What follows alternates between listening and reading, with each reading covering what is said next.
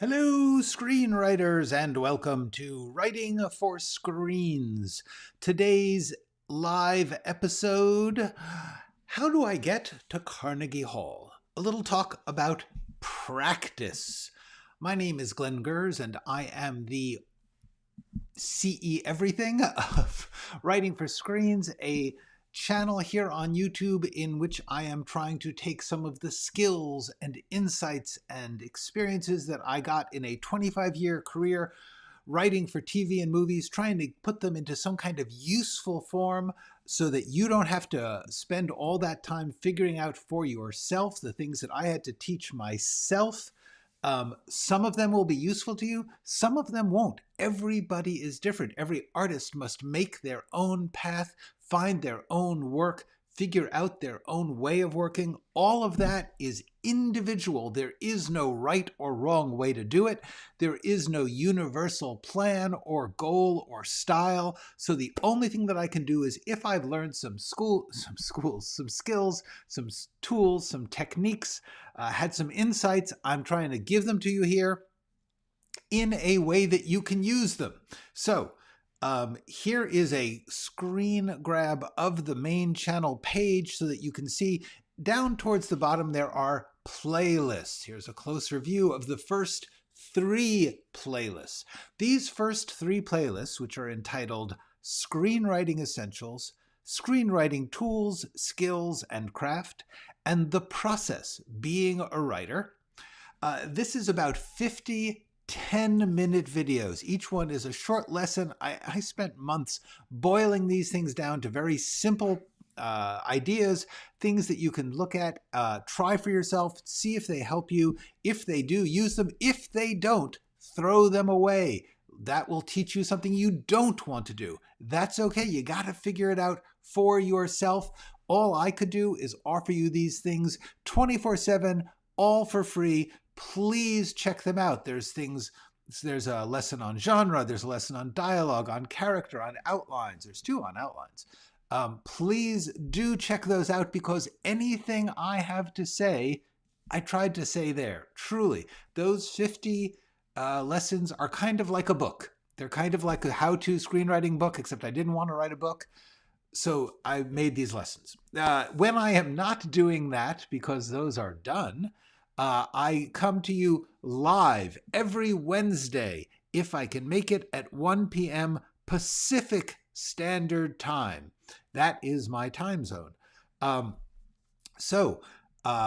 Every week I will do an hour-long talk on a different topic. It will be punctuated or perhaps taken over by questions from anybody who is watching, or anybody who has contacted me through the website or through the comments on these videos. If you put a comment in, I will get it personally. If you have a question, put it in there. I will try and answer it there, and I will try and answer it here for the viewing pleasure and edification of everybody else. So that's what's going on here. Today's lesson is about practice. But before I get to that, I'm going to say some quick hellos, talk a little bit about the fires here in California, because it's January 15th, 2025, and we've been having a week of terrible, terrible wildfires. So I'm fine. I am okay. But some people have asked. So hello, Hasco, not the pirate. How are you? Happy New Year to you. Hello, Sonia, 86. And Feng, I am confused by the title of the day. I will explain it. Hello, Pelicans. Hello, Doreen and Michael and Donna and Germany. Football rocks. My friends in German don't appreciate my recognition. You're sad. I am sad. I am sad too. Is that because I don't speak German, or because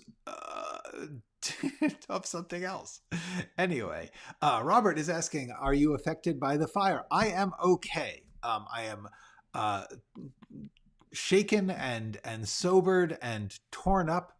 Many of my friends have lost everything. Their homes were burned in a matter of hours. They are living on other people's sofas or in motels.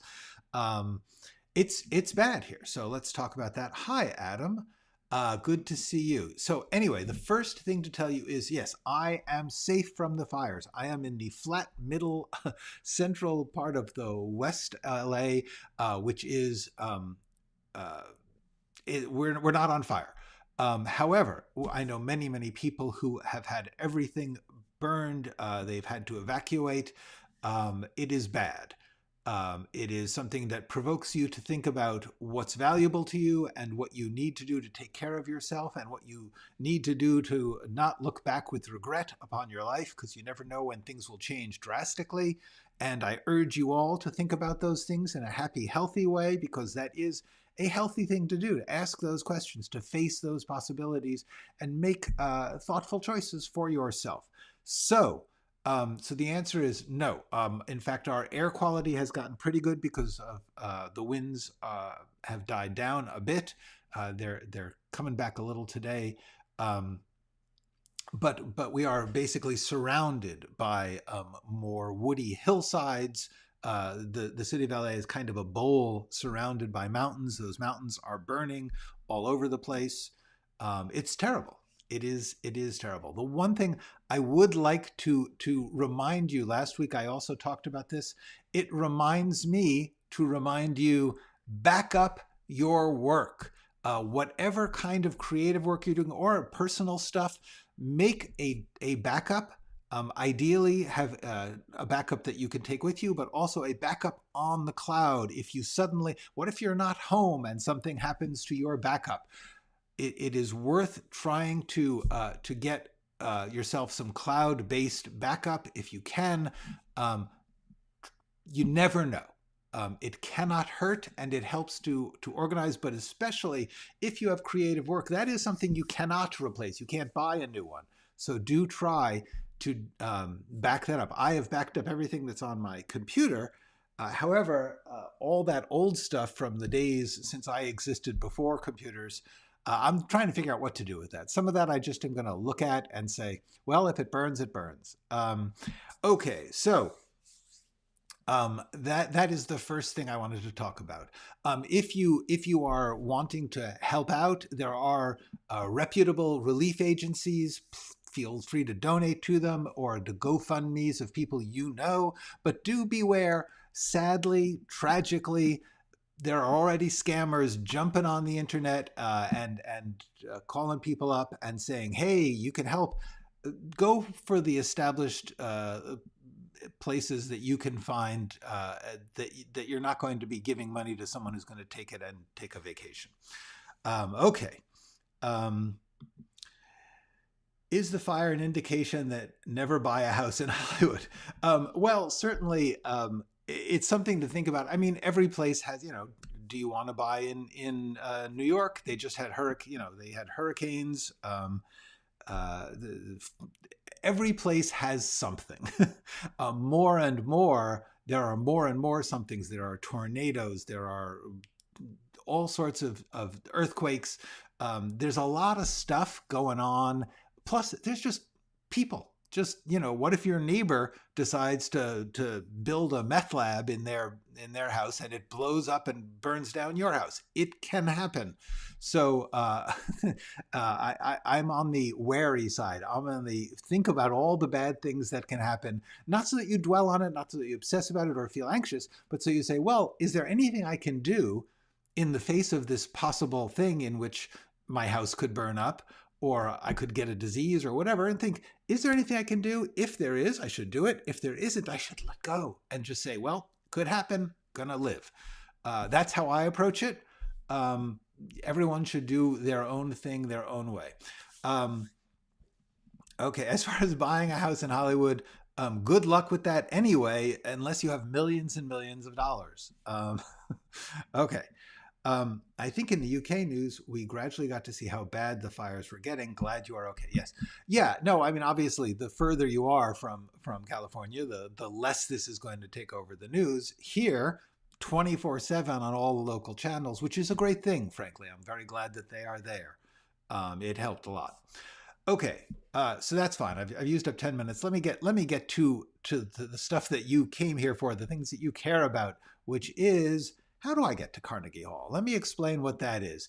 Back in the old 20th century, there was an old joke, which was somebody was walking down the street in New York City and said, "Excuse me, how do I get to Carnegie Hall?" And the tough New Yorker said, "Practice, practice, practice." That's the joke. The idea being not somebody wanted directions to the place, but how do they get to perform at Carnegie Hall? And I know it always makes a joke funnier when you explain it. Anyway, so the point about this is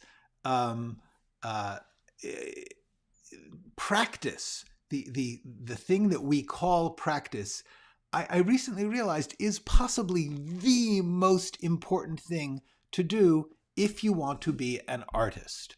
And I'm going to talk about that more because really it hit me with a power that said, this is something you have not emphasized enough, Glenn, to the public. Okay. This came up because I was looking at my shelves, thinking about the things that could burn. And I have a shelf full of journals, old journals. They started back in 1975, I think, when I was in high school. Handwritten journals. I bought these books where you could write. And yes, I had insanely good handwriting at the time. I no longer do. But I would write, I tried to write a couple pages every day, sometimes a lot. So I have like 20 or more of these 200-page books. And for a while, I couldn't get to little books. So there were these giant ledgers, these gigantic ledgers. And I have 2 or 3 of those. So all in all, I have, and then at a certain point, I was like, I'm tired of handwriting these. And I start typing my journals. So I have on the computer many, many typed journals that I created. What I thought suddenly, as I looked at them, I thought, oh my God, look at the number of words, look at the number of pages that I spent on a thing that even I now don't have time to read.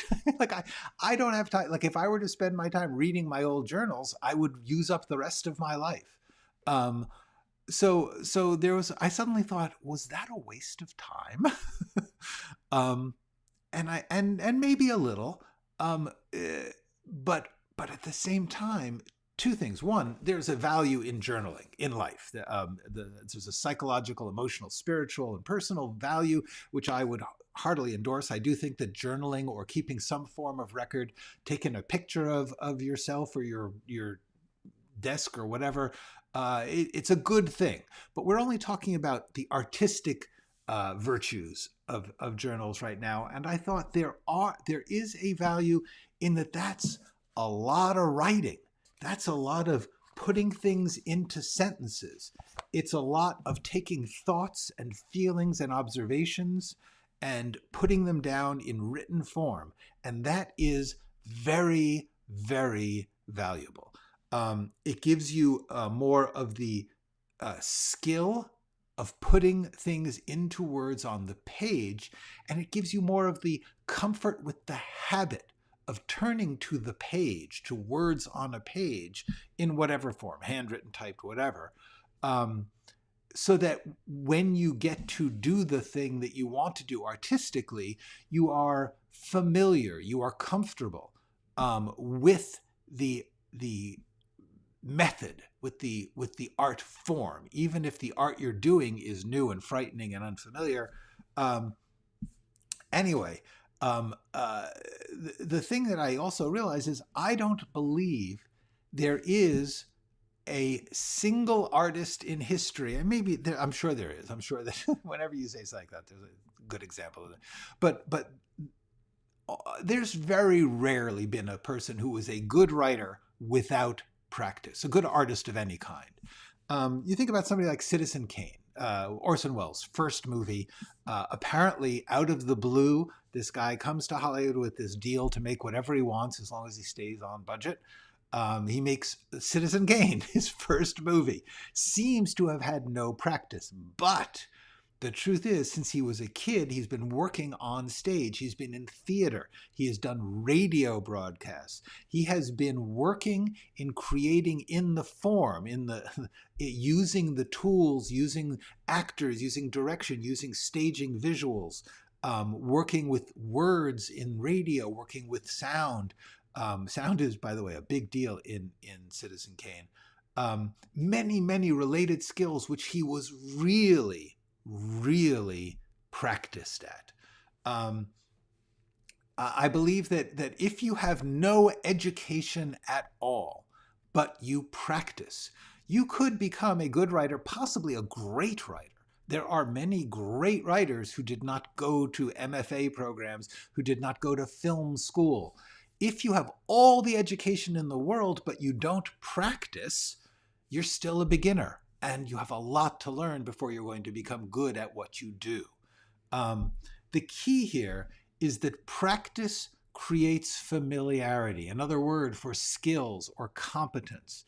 I have often used this analogy of walking. I'm going to do it again because I really think it's important to get straight, to say as often as I possibly can.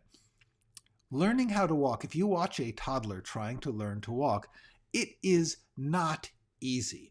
It demands an extraordinary amount of coordination of different parts of the body. It requires an understanding of balance and motion and strength and muscles and all this stuff, which you have to do. You have to practice it to learn how to do it. And when you are still learning that, it's really hard to get anything done. It's really hard to walk across a room, let alone walk to the corner or get on the bus.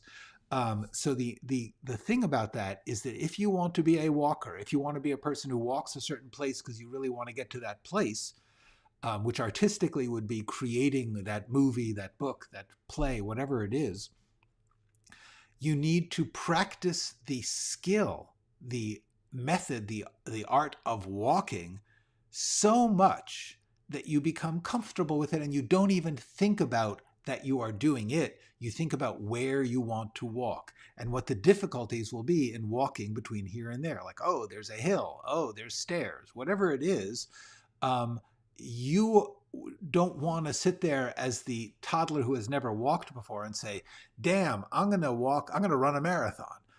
You may see other people doing it and go, oh my God, I love that. I want to do that. The way to do it is to practice walking over and over and over until you get so comfortable with it that you don't have to worry about how you're doing it. So very briefly, let's talk about what is this thing I am calling practice. And the first thing I would say is that practice is, the other way I've called it in the past is doing the thing. Whatever the thing is that you want to do, if you want to write, if you want to make films, if you want to direct, if you want to compose, whatever it is, you have to do it. You have to do parts of that thing. You have to do that thing in various forms until it is so comfortable and familiar that you can worry about doing it well or doing it the way you want. But first, you got to do the thing. The other thing is that we often have this image of practice being somehow boring, routine, forced, second rate. And a lot of that comes from things like music lessons and school sports. And the premise in all those is actually still right. They are not wrong to say, if you want to learn how to play the piano, you're going to have to practice these tunes. But the actual experience of it is actually far, that's bad teaching if you're just doing it routinely and drudgery-like. Work itself can be practice. Famously, the Beatles, they were talented musicians, and they played a bunch in Liverpool, and they got quite popular in a little club in Liverpool. But they themselves have said, and pretty much everyone has said, they were hired to go off to Hamburg, to a seedy bar in a crappy section of town, and play 5 shows a night, I believe. And they did that for months at a time. It was an arduous, brutal, demanding job of performing this art over and over for bad audiences, for people throwing bottles, for people who didn't understand what they were saying. But they got really good doing that. Steve Martin, in a memoir, wrote that he started out working at an amusement park here in California, Knott's Berry Farm. There was this wacky little show in a tent.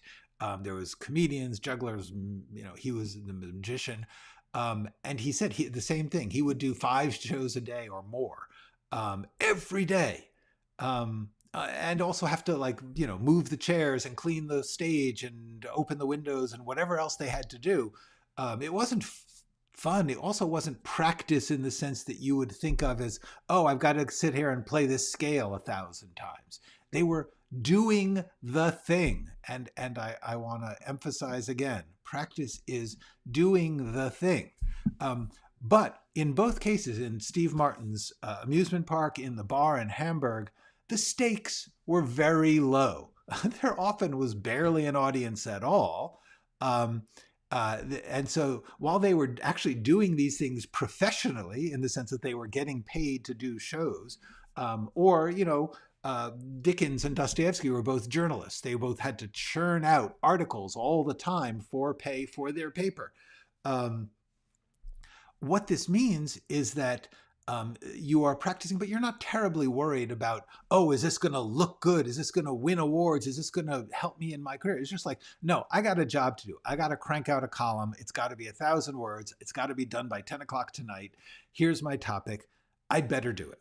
Practice. That is the practice. Low stakes, low pressure, but deep engagement. This was not boring. This was not routine. This was having to do the thing.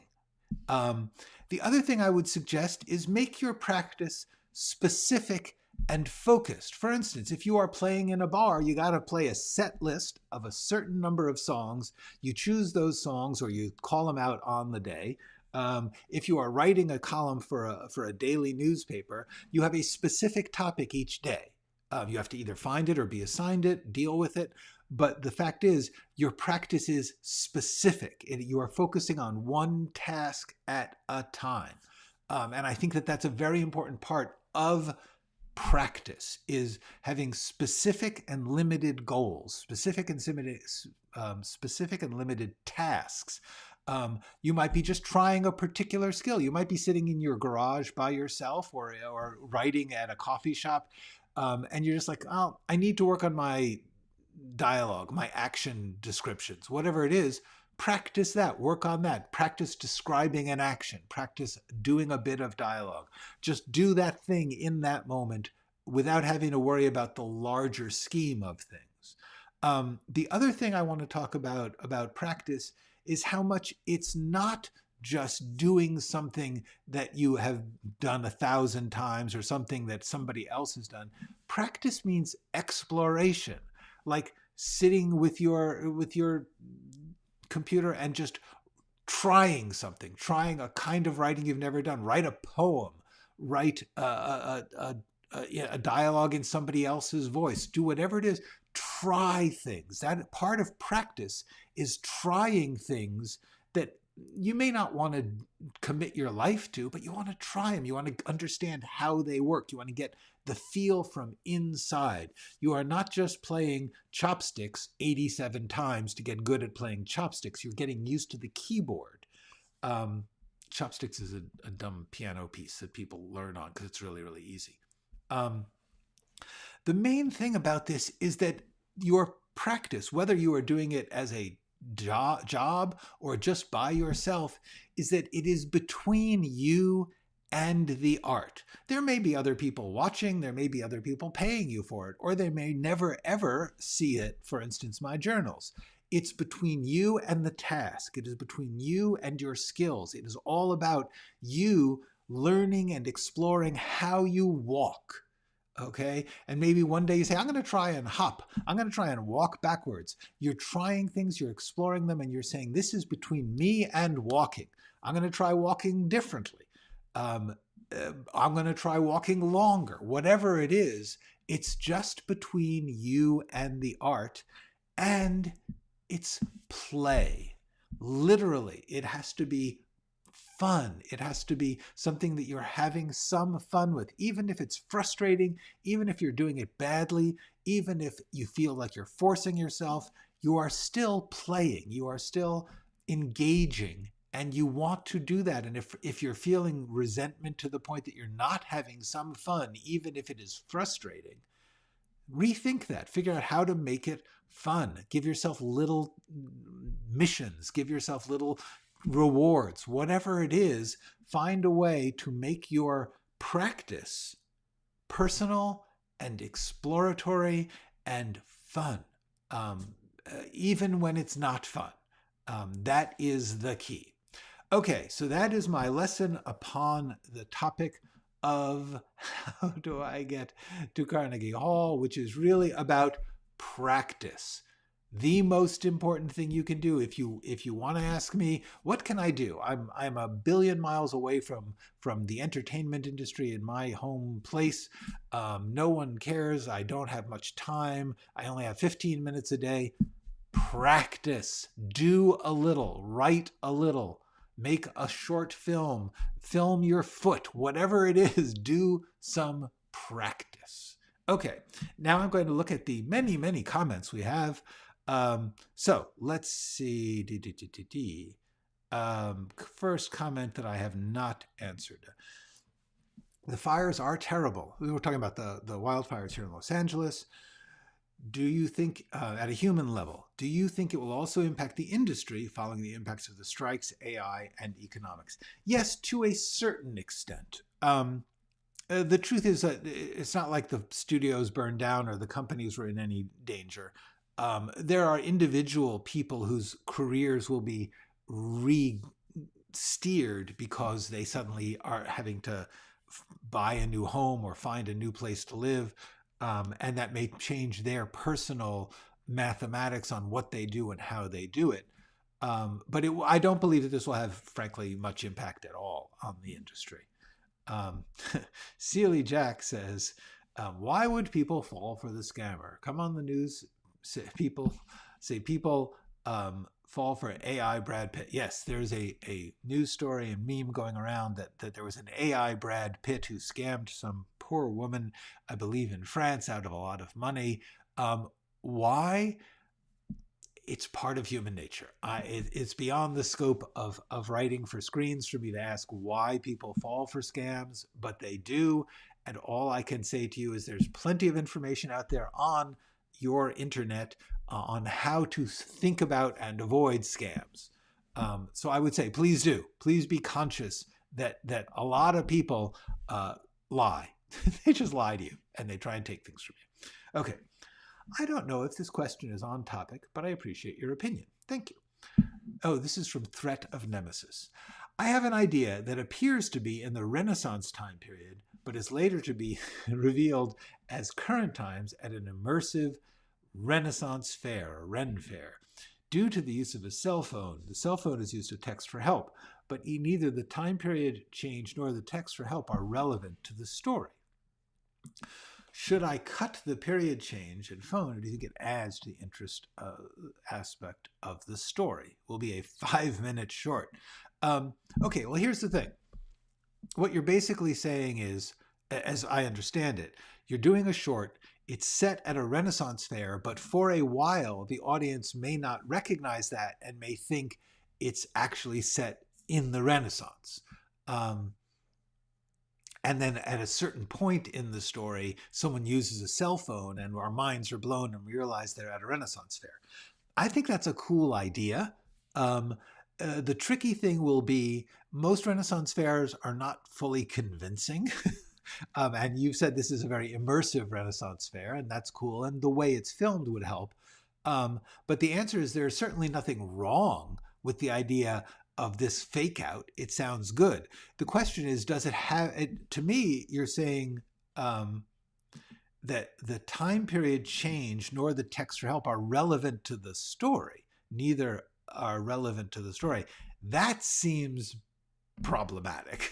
If it's not relevant to the story, that seems like it's not fully going to work, because I mean it seems like people will say, why why are we seeing this, especially in a short where there's just so little going on? Everything really should be relevant, I think, in most shorts.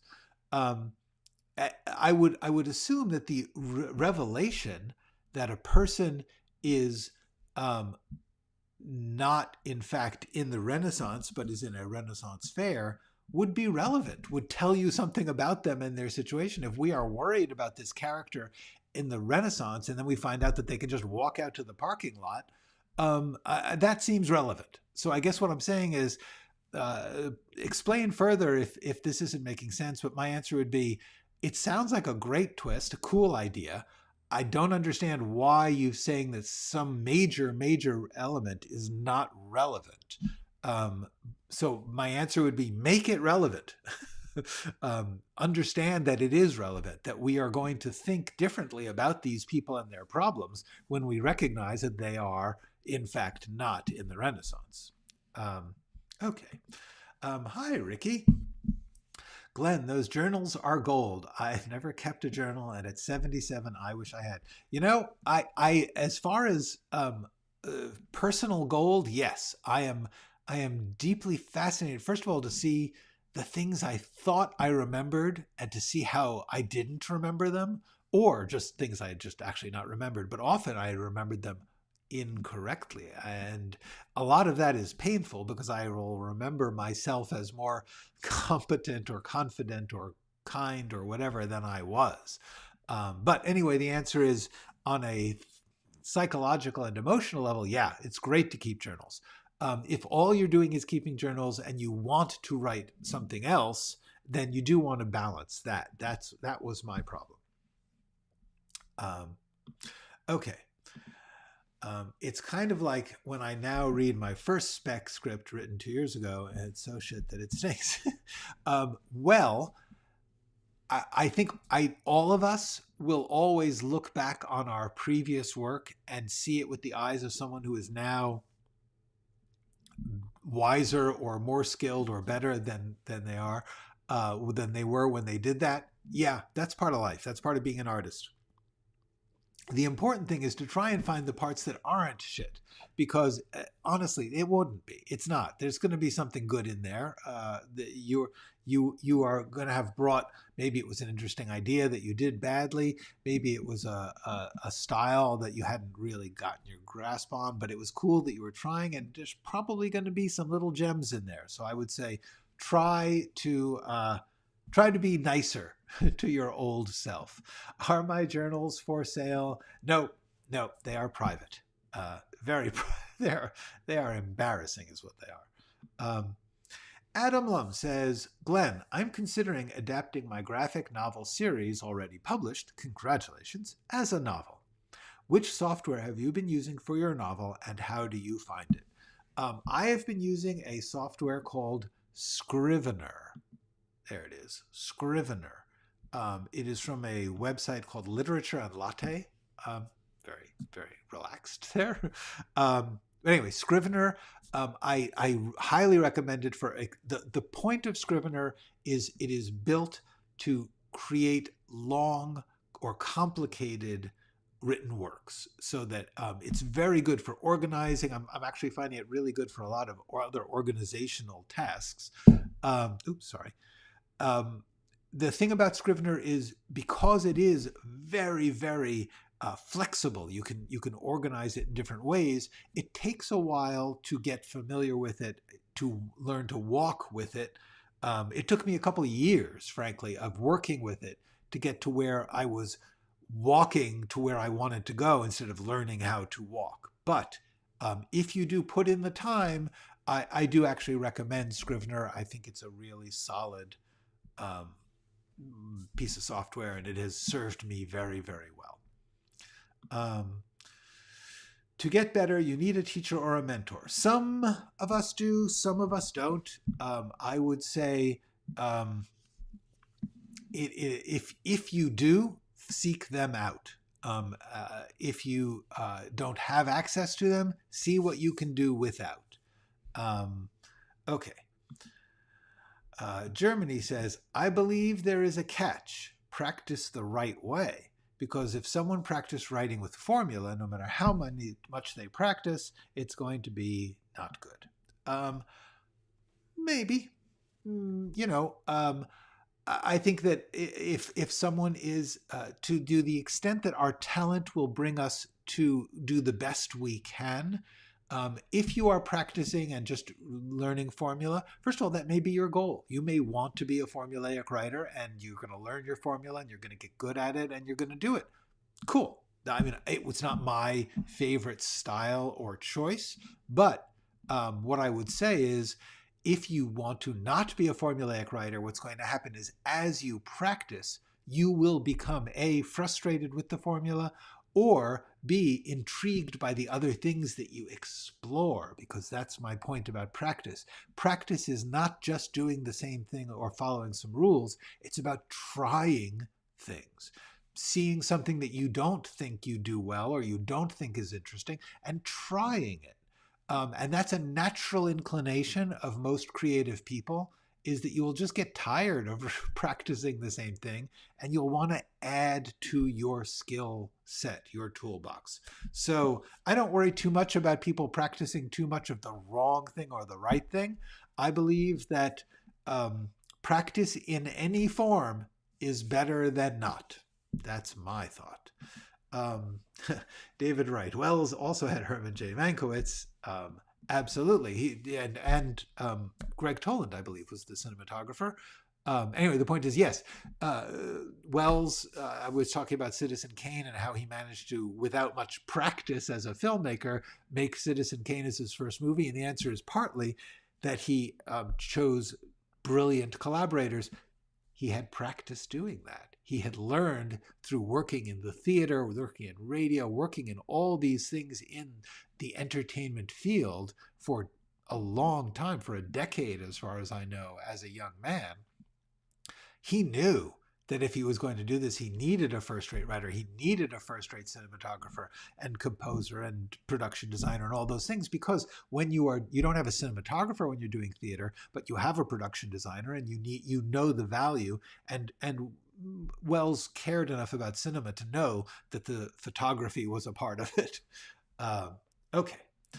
Sanchez Pablo says, enjoyment is the key. If you enjoy writing, then you won't be annoyed by practice. I believe that is true, but I also do believe that even if you love writing and if you enjoy it, it can be hard to get into the habit of practice. It can feel, the other thing about it is that many people who love writing don't respect practice. They only think that they should write something that's going to be seen and published and sold and make them rich and famous. And my point is, doing the work, whether or not anyone sees it, it should be your joy. And if it is your joy, then you will practice. I agree about that. Martin Scorsese once flew all the way to Japan to watch Kurosawa directing live. Is that observing part of the practice? No, I would not say. I would say observation, going to study something, studying, learning, educating yourself is a separate thing. It's very good to do, but it's not the same as practice because it's not doing it yourself. And as I have definitely tried to define this, I would say that practice is doing the thing. In other words, while it is very valuable if you can go watch a great director watch, it is more valuable to direct yourself. Even if you are directing a web series with your phone, that is, if you have to choose, you choose practice over study. That's my personal advice. There's other people who would say different, but my feeling is no matter how much you study great work, you are never going to be able to do work if you do not practice it, if you do not do it. It's not like you learn it, and then you take the test and you win. You actually have to, it's like walking, you need to practice doing it in order to get to be good at it. So my answer would be Scorsese was educating himself, and that's a wonderful thing, but he had already, when he did that, he was already a well-known director. Learn to Teach says, this is good advice. Thank you, Glenn. And I say, Thank you. I really appreciate the encouragement. Doing these live streams is a thing I have been practicing now for 5 years, and I'm relatively comfortable now. But it does really, really help to get some feedback where somebody says, this is actually helping me, because there is a part of me that's saying, why am I doing this? Fear of narcissism. Doreen says, would critiquing others' work count as practice? No. It's just, yes, critiquing others' work would be practice of critiquing, which is in itself an art. And if you want to be a critic or a script reader or whatever, yes, practice reading and making reports and analyzing and all that stuff. But that is not going to help you to write your own script in the sense of practice. It will help you in the sense that the more that you learn, the better. But writing itself is the only practice that you can do for writing. But like I said, if you are writing a journal, if you are writing articles, whatever it is, if you are taking thoughts and putting them on the page in your own words, that's practice for a writer. My challenge is flash fiction. I feel actual anger. You mean actual anger at being asked to do flash fiction, or that's other people can do it? It's hard. Practice. If you are required to do, nobody's forced to do flash fiction. My dad and I watched a street magician. I remember asking him, how does he do it? My dad said, practice. And that is accurate. Your dad was right. Threat of Nemesis says, to further clarify, my short is going to be a psychological horror with other mind-bending between reality and delusional episodes. Great. Like I said, if the element of the fact that it is a Renaissance fair is not relevant to the psychological horror or mind-bending, don't include it. If it is relevant, it should be relevant. And I think it's a great idea, and I think you should make it relevant. But make it part of the story. Make that mean something to the characters. Little tip, when you want to know, how do I make something relevant to my piece? I've got this thing in it, but I don't feel like it means anything. It has to mean something to the characters.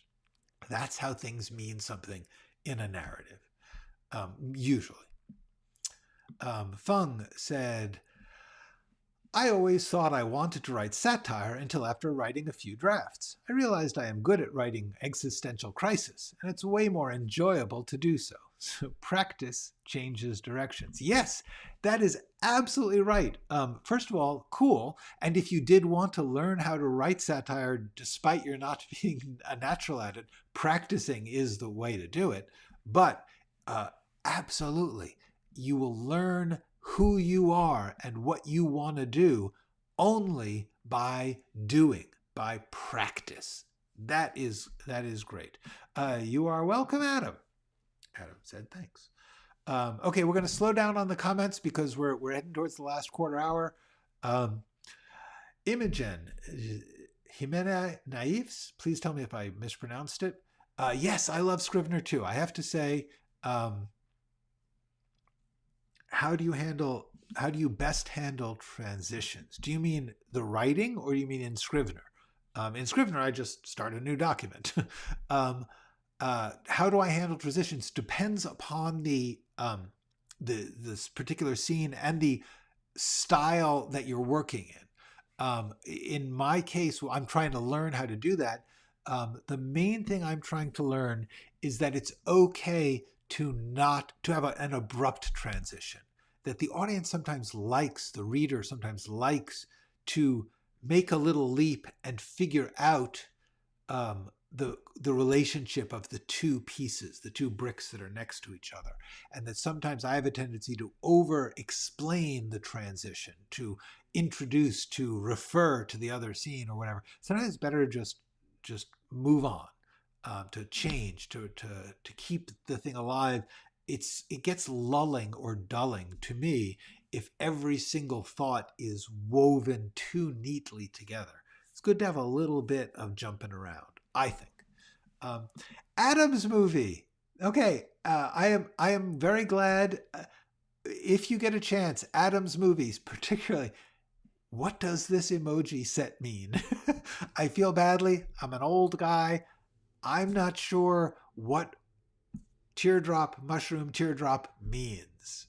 Let me know. Okay. Yes, indeed, he was a pretty good writer. The movie Mank is a delightful study of that relationship and that project. Mank, it's by David Fincher, written by his father. For me, I am writing what if scenarios, screenplay. What if in 1950 Spain, the hero realizes his neighbor is Hitler, disguised to be a normal Spanish man? I'm not sure if that's insane. I don't think that is insane at all. I think that's cool. That sounds like it depends on what you do with it, but that's great. It certainly is a good jumping off point for what do you want to do with that question, with that situation, with that topic. What's cool about it, because there was a movie called book and movie called Boys from Brazil, in which Hitler is alive, I believe, in Argentina and being cloned. I think, but it's, by the way, not a good book or movie in my opinion. I mean, it's fine entertainment, but it wasn't deep to me. Anyway, Roberta88, I say go for it. That sounds like a great idea. Do you really get better with time? Wells promoted a wine. Not true. Well, first of all, Wells continued to make interesting movies. Even his last unfinished and disorganized and crazy Other Side of the Wind is pretty damn talented. And certainly some of his later movies are fabulous, even though they are controversial, and none of them quite are the magic of Citizen Kane. But I think Wells managed. The main question, though, is do you get better with time? And the answer is you get better at some things and worse at others. And what I was saying was not necessarily that you get better with time. I said you get better with practice. And I believe that would be true. I mean, whether or not Wells' career went well is not the same as saying did he not continue to be a great filmmaker, because he was. The Trial is weird but great. He managed to make some interesting movies. They're offbeat art films, but honestly, all of his films were offbeat art films. That's what he liked to make. It's just weird that Citizen Kane became relatively popular. Okay. Dialectics Junkie says, I mostly write screenplays, and I write by hand in a notebook in a very abbreviated and fragmented way. Until I get a sense of the story, then I just type straight on through to the final draft. I can't handle anything more complicated, huh? Yeah, that's absolutely no right or wrong way to do it. It entirely depends on your brain operations, your finances, your time, your lifestyle. There's a thousand things that play into what's the best process for you. So I would say if you're working and getting it done, Dialectics Junkie, then it's great. That's great. I think what you're saying is Scrivener sounds too hard to work in for you. Absolutely fair. Different writers do this. Dostoevsky managed with a pen and dipping it in an inkwell. In the past, you said the genres in Save the Cat make no sense to you. Can you explain a bit why you have that opinion? Yeah, I mean, I don't have the book offhand, and I haven't looked at it in a decade. But I remember some of the genres are just very specific stories, which is not what a genre is. Those are model stories. For instance, a romantic comedy about rich and poor or something. That's not a genre. That's at best a subgenre. A genre is an area of storytelling. A genre is a category, so to speak. And my belief is that the book Save the Cat, it gets very, very specific into archetypal story outlines or story premises and calls them genres. That's just, to me, a bad use of the word. Hello, Wesley Curry II. Former music director for the Second City. Cool. Now retired and amateur filmmaker trying to make a film musical. Listener, hi. Well, that's very cool, Wesley. It's very nice to meet you. I hope that that what I'm doing here is helpful. Please do. I urge you, anything you want to know from me, go to my main channel page, and these first 3 playlists, 50 very, very short lessons, and hopefully they will be useful. Very, very glad that you are here. Hope you are well in Huntington, West Virginia. Great to meet you. Thank you. Cool. Okay, so not counting my chickens before they hatch, a lot of work to do first. So a question from Wesley. Do you write in broad strokes first, then fill in the details? Like write chapter headings with the prime story to each chapter first, then write in the dialogue. Okay, my personal method of writing is that I like to try to work out an outline, and I've got a couple of videos about outline, one called Why Outline and the other called How to Outline. I like to think in terms of scenes and work out that. I've got a video called Think in Scenes. Let's see if I can, Think in Scenes, this one, and let's see if I can find, Why Outline and How to Outline. So I'll put links to those down below, but the main thing is, whatever you do is fine as long as you eventually do the other things. Like if you start with just, if for some reason you just like riff on dialogue and then eventually you have to build the plot around that, cool. Whatever process works as long as you eventually do the other parts, which really is the name of the game. That's, everyone will get, and different projects, sometimes you get different parts of it at different times. None of that matters. There is no formula or right or wrong way to do it. I offer a bunch of steps to do it because I think that it's helpful if you are feeling like it's out of control. Also, this one, How to Organize a Project. Anyway, I would urge you also, if you want to know how I do it, I actually did if you scroll down in the playlist, you'll see one called Screenwriting Step by Step, in which I wrote an hour-long pilot TV script from beginning to end, starting with just a couple of sentences of a rough idea, all the way through outline, first draft, and rewrite. It's like 260 hours of me doing that. I did it every day for an hour for over a year. And it's there, so you can see, if you want to see how I do it, you can see in way too much detail how I did it. Okay. Okay, talking about Orson Welles, and please, once again, no more comments. Orson Welles was poor because the studios didn't fund his more experimental works, not because he got worse. F for Fake is amazing. F for Fake is amazing. It's a mess. A lot of Wells's work is a mess, but that's okay. I like F for Fake. I'm hesitant to recommend it because it can be really annoying. There's brilliant sequences in it, but overall, it's there's a little bit too much trickery for my take. But to each. Michael Lightfoot says, what would you say are the essentials of a midpoint in a feature script? Does it have to be high or low for the protagonist? Interested in your thoughts on the essentials for this part. I've talked about this before. This is a thing that got invented after I was a professional screenwriter. So I honestly had never heard of the midpoint. It didn't register as even a thing.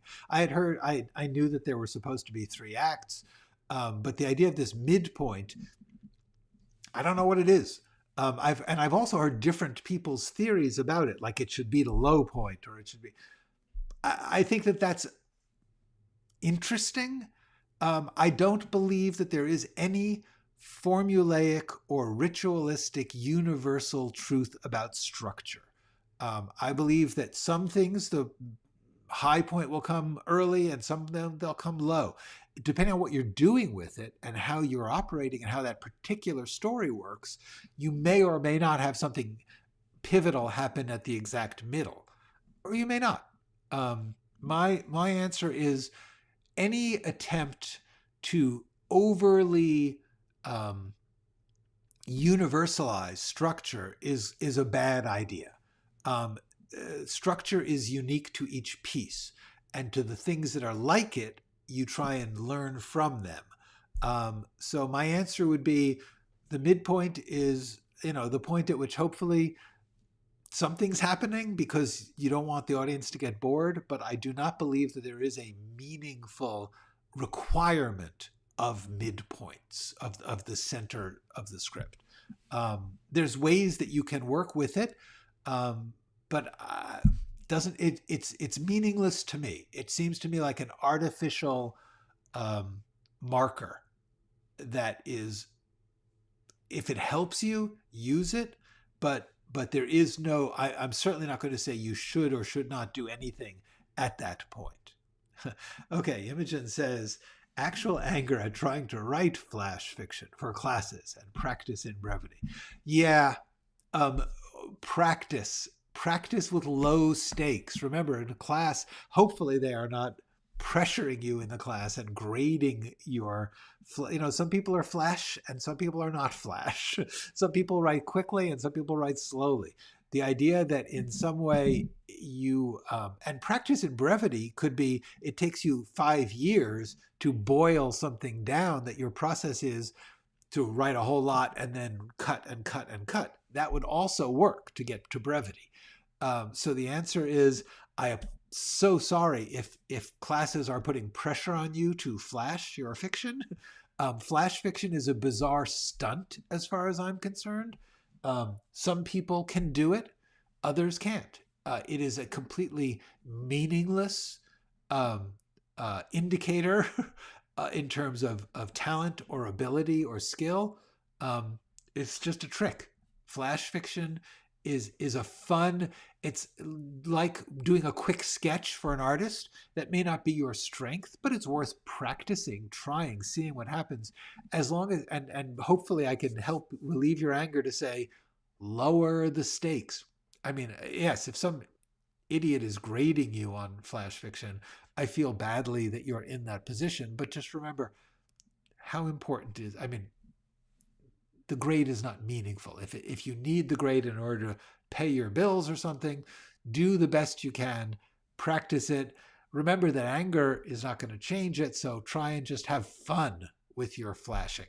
Try and go crazy, be silly, be not yourself, and see if that helps.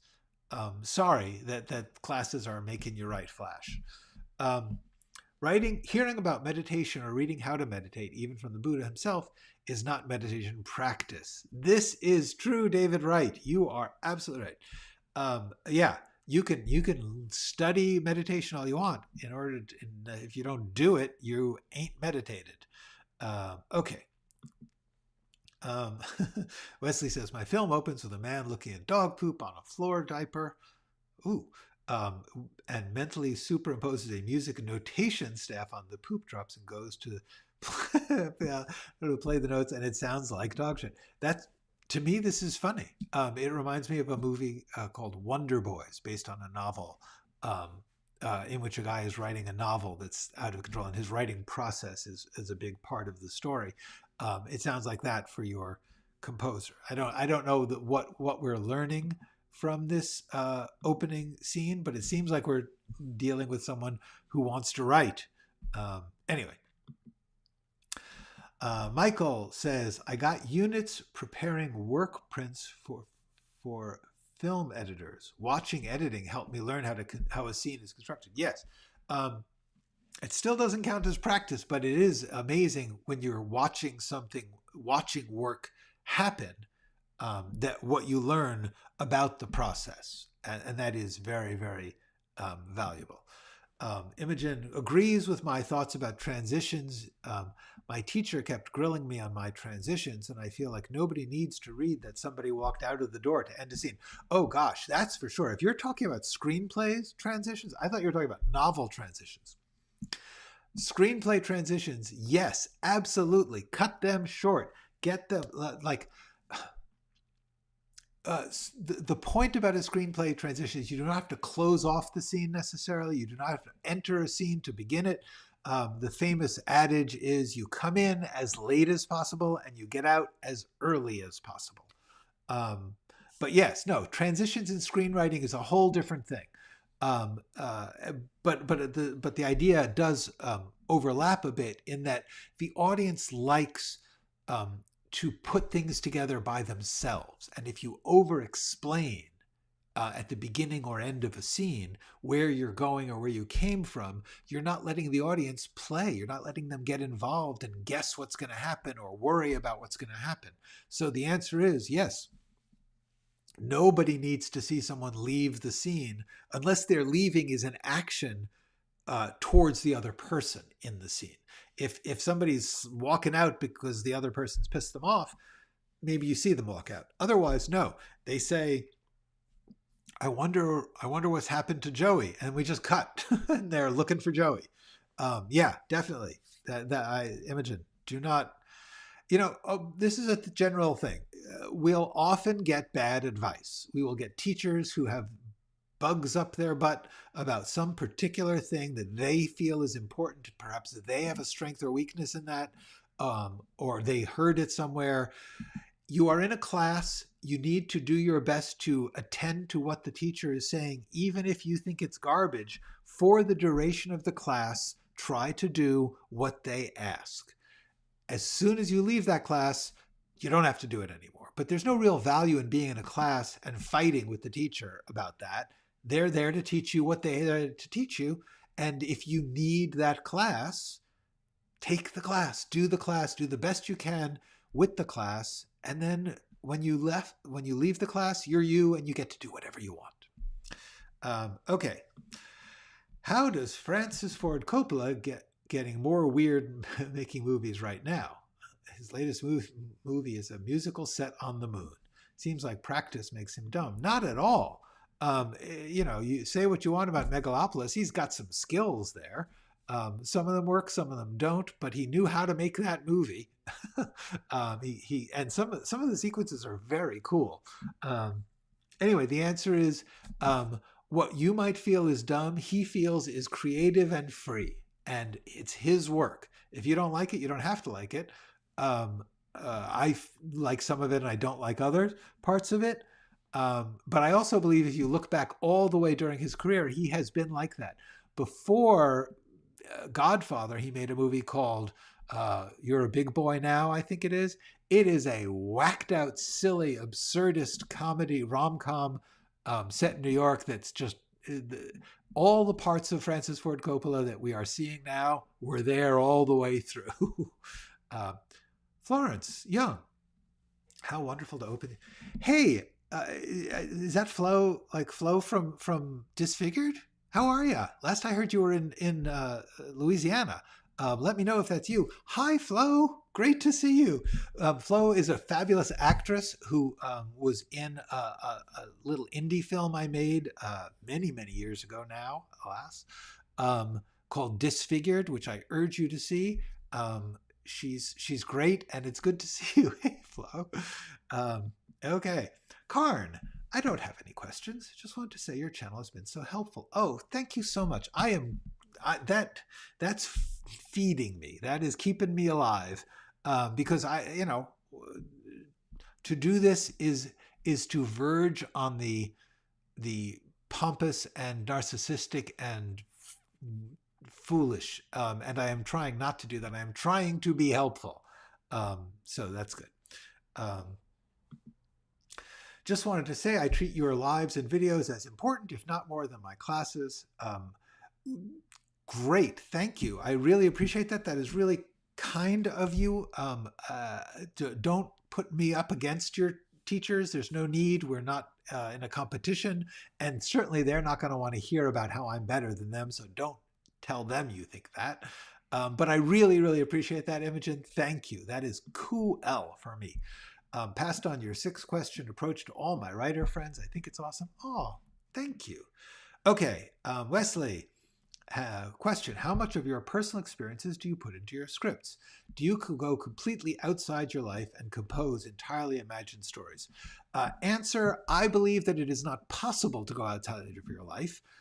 If you are imagining something, you are imagining your version of it, and that you should always try to personally engage and to think, how would I, if I were this person, feel about that? What would I do? How would I act? Now, obviously, different characters will be different, and you have to imagine being them, but that's your version of them. That's your experience with them. So the answer is I always throw in stuff from my real life if I can. When I have to choose a city that something's going to take place in, I try to choose someplace I've had some personal experience of. But in general, my answer is I do not believe that there is such a thing as entirely imagined. Anything you imagine, you have in some sense experienced. Maybe you read about it, saw it in a movie, whatever that is, it's become yours. And therefore, you're imagining within your engagement of it. Wesley then says, do you ever feel like you're trying to get a universal truth exposed or taught in your scripts? Yes, I think of that as theme. I did a whole video about themes, and I would urge you to watch it because it's good and it's about that. Hold on here. Yeah, theme. I will try and put links to those about 10 minutes after I'm done here, which should be shortly. So yes, the answer is I often do think about what am I saying. You don't have to, but anyway, okay. All right, Adam Lum, I'm going to have to rush through this. I got to go. I used to worry about midpoint and agree a long act 2 needs to stay interesting. The midpoint, I mean, also, there are people who consider the 3 acts to actually be 5 acts, and the midpoint would be the 3rd act. Whatever works for you is fine. Whoopsie. Okay. Yes. Do not, whatever you do, you hear some rule from some teacher or some book or some film expert, and they're saying, you have to do this. Maybe, maybe not. Don't stress about it. I believe it's ridiculous that one of the exams writing a short film script in 1 hour. Yeah, that is ridiculous. I mean, it's an interesting stunt, but it's not a good test of anything. Yeah. I get you. You know what? Genius genre films, I like them. I can't always tolerate them. I have to watch them sometimes in short sections instead of the whole thing. But, Karn says, it's interesting when you say I never thought about the midpoint. I always found it odd how people use Save the Cat to dissect The Godfather for structure, but Francis Ford Coppola used no such thing. Yeah. One of the things about anyone who's creating a system of analysis of structure is that they apply that to people who did not use that. And the argument goes, and it's a good argument for trying to impose your theory, is even if they didn't know it, they did it. Fair enough. On the other hand, they may not agree. And on the other hand, even if you can squeeze your work into their work into your theory, the truth is there is no such thing as a universal rule for creative work, for art. Just doesn't exist. There is no universal anything as far as I can tell. There's always going to be something that plays by different rules and succeeds, allows itself to be what it is, remembering that success is not box office success. It is not financial success. That is a form of success, but there are other forms of success, and there are other times that other things were successful. So with all that said, universal is just silly. um, thank you, Nathan. I appreciate that. Okay, Wesley and some of the others. I am not into. Oh, it's Florence. It is. Hey, Florence. Good. Stay warm. um, I am glad to say I know that. Oh, wait a second. Florence is in Denver teaching at the film department at CU Denver. Thank you so much. That is really cool. Please reach out to me. Like send me an email or something. You can do it through here. Wait a second. Okay. So yeah, Flo, I'd love to hear from you. Okay. Yes. Okay, I'm gonna have to stop. I cannot answer everything. When you read, what books have you read several times? The go-to read. Who do you really admire?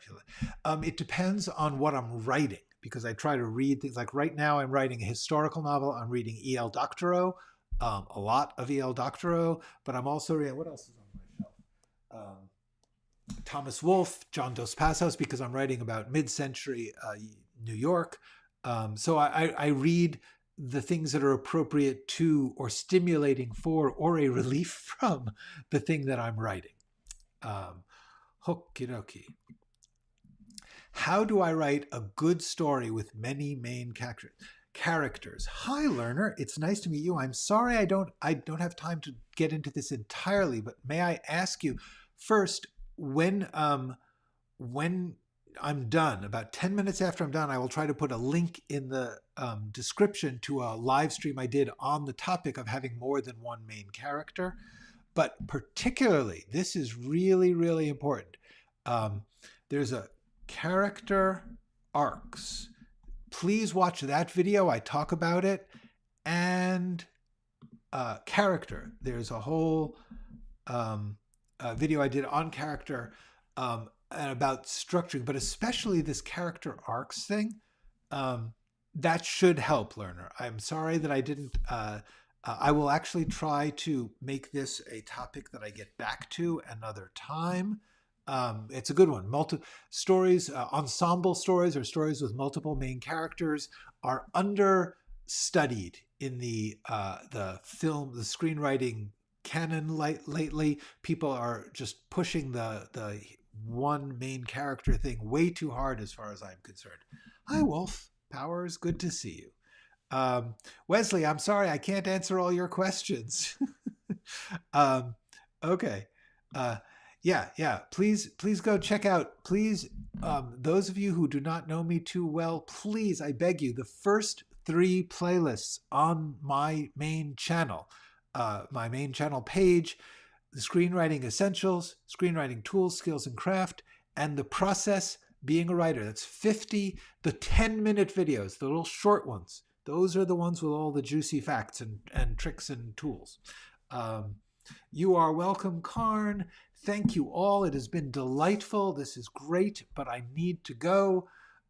So I will see you all next week. In the meantime, go write something.